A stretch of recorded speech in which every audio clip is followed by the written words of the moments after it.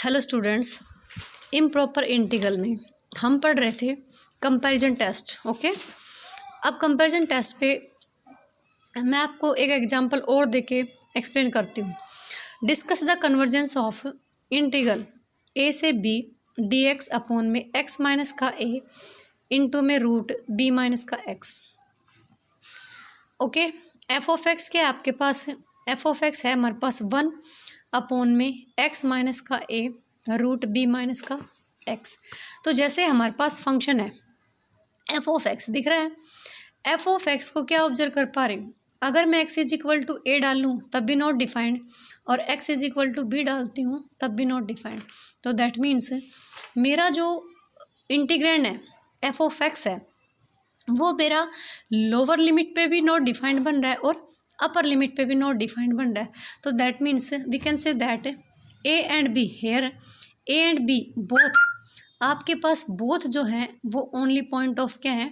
Infinite discontinuity की point है। Okay, जब हमारे पास दोनों इनफाइनाइट पॉइंट के डिसकंटिन्यूटी का काम कर रहे हैं तो अब आप ही बताइए हम काम कैसे करेंगे? तो हम क्या करेंगे, हम ए और बी के बीच में कोई नंबर ले लिया, दूसरा क्या ले लिया? सी ले लिया, तीसरा नंबर सॉरी। अब जैसे तीसरा नंबर लोगे, हमने सीखा है कि ए और बी इस इंटीग्रल को हम जितने मर्जी स्मॉल सब इंटरवल्स में डिवाइड कर सकते हैं। तो हमने ए से सी लिया f of x d x, plus में सी से b f of x d x ले लिया। ओके, मैंने फर्स्ट को ले लिया इंटीग्रल 1, सेकेंड को क्या ले लिया? इंटीग्रल 2 ले लिया। ओके, अब मैं क्या करूँगी, दोनों इंटीग्रल को बारी बारी से अपना सोल्व करूँगी। ओके, टेकिंग इंटीग्रल 1, केस 1 ले बना के ले लिया मैंने इसको। इंटीग्रल 1 में ए से c d x x minus का ए इंटू में रूट बी माइनस का एक्स। तो आपको पता है कि यहाँ पे ए जो है वो किसका काम कर रहा है? इनफाइनाइट डिसकंटिन्यूटी का काम कर रहा है।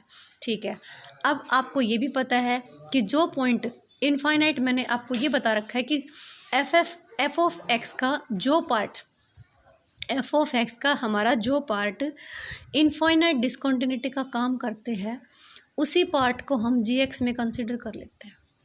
तो ए यहाँ पे लिमिट ऑफ इनफाइनाइट डिसकंटिन्यूटी का काम कर रहा था, तो स्टूडेंट्स हमने जी एक्स को क्या मान ला? 1 अपॉन में एक्स माइनस का ए मान ला।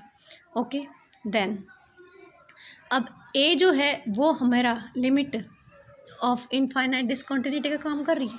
ठीक है, तो मैं लिमिट कैसे लगाऊंगी?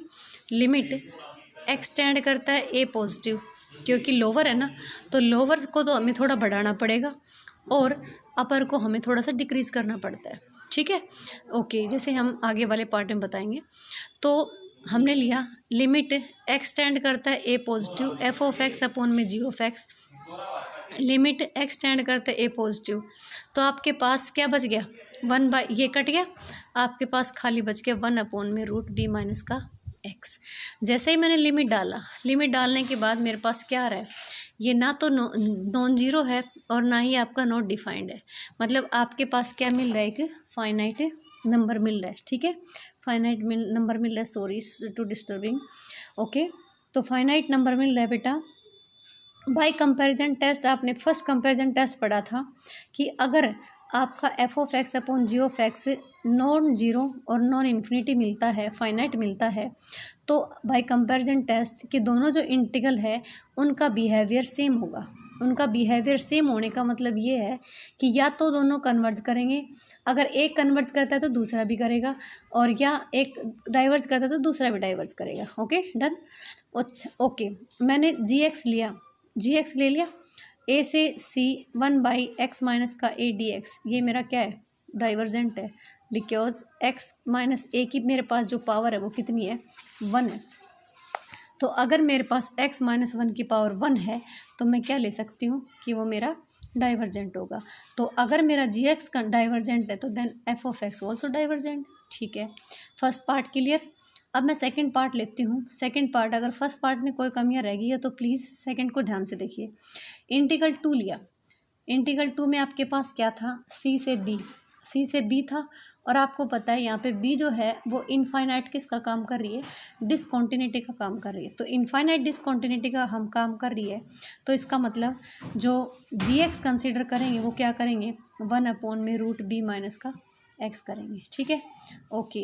हमने निकाला such that limit x tend करता है b-, ओके। मैंने वहाँ पे b पॉजिटिव लिया था, यहाँ पे क्या ले रही स्टूडेंट, नेगेटिव ले रही हूँ। क्यों ले रही हूँ, इसका मतलब ये है कि जैसे हमारा इंटरवल a से क्या है, b है, अगर a पे हमारा डिसकॉन्टिन्यूटी है, तो अगर मैं a में से समथिंग माइनस करूँगी तो मैं कहाँ चली जाऊँगी, इंटरवल से बाहर। तो हम ये नहीं ले सकते, तो हमने क्या कर दिया, a प्लस में एप्सिलॉन कर लिया, मतलब हम a प्लस सम लेंगे। और अगर मैं b में से कुछ प्लस करूँगी तो फिर मैं इंटरवल से बाहर चली जाऊँगी। तो दैट मीन्स जब मेरा b वाला केस चलेगा तो मेरे को क्या लेना पड़ेगा, b माइनस में एप्सिलॉन लेना पड़ेगा। Okay, that means b negative. Okay, इसका मतलब ये आपके पास, तो हमने लिमिट x टेंड करता है b नेगेटिव।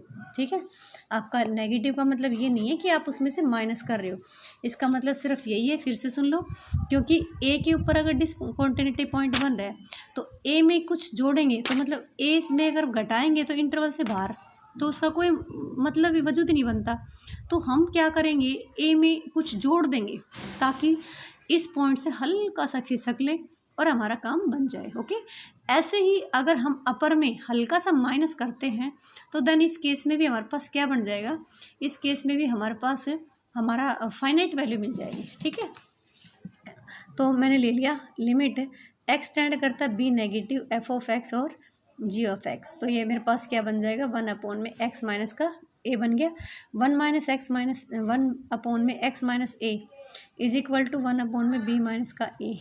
ये क्या है, ये भी नॉन ज़ीरो और इनफाइनाइट नहीं है, फाइनाइट वैल्यू मिल रही है हमारे पास, इट इज़ फाइनाइट। तो फिर वही चीज़ बाय कंपैरिजन टेस्ट, या तो आप दोनों का बिहेवियर क्या होगा, पॉजिटिव नहीं, या कन्वर्स करेंगे या क्या करेंगे, डाइवर्स करेंगे। ओके, हमने जी एक्स उठाया तो c से b dx/√b - का x इज कन्वर्जेंट। वाई, क्योंकि यहाँ पे x माइनस a जो है, b माइनस x जो है, दैट मीन्स उसमें p टेस्ट लेते थे आप इससे पहले वाले क्लास में सीक्वेंस सीरीज में, तो वहाँ पे आप NP लेते थे। तो p जो है अगर 1 से लेस होता है तो हमारे पास क्या बन जाता है, कन्वर्जेंट, और 1 के इक्वल और बड़ा होता है तो डाइवर्जेंट लेते। तो इन केस आपका देखिए बेटा कि पहले वाले में हमारा 1 के बराबर था तो हमने उसको कन्वर्जेंट नहीं डाइवर्जेंट बोला, और इसमें हमारा 1 से छोटा है। Okay, done. तो सो c से b f(x), तो हमारा f(x) क्या बन गया, कन्वर्जेंट। अब कन्वर्जेंट और डाइवर्जेंट दोनों को ऐड कर रहे हो तो रिजल्ट आपका क्या बनेगा, डाइवर्जेंट। ठीक है, तो कन्वर्जेंट हमारा इंटीग्रल 1 जो है वो तो डाइवर्जेंट बना है, इंटरवल 2 जो है वो क्या बना है, कन्वर्जेंट बना है। तो इसका मतलब हमारा जो कंप्लीट इंटरवल था वो क्या बनेगा, आपका डाइवर्जेंट बनेगा। Clear, okay, thank you.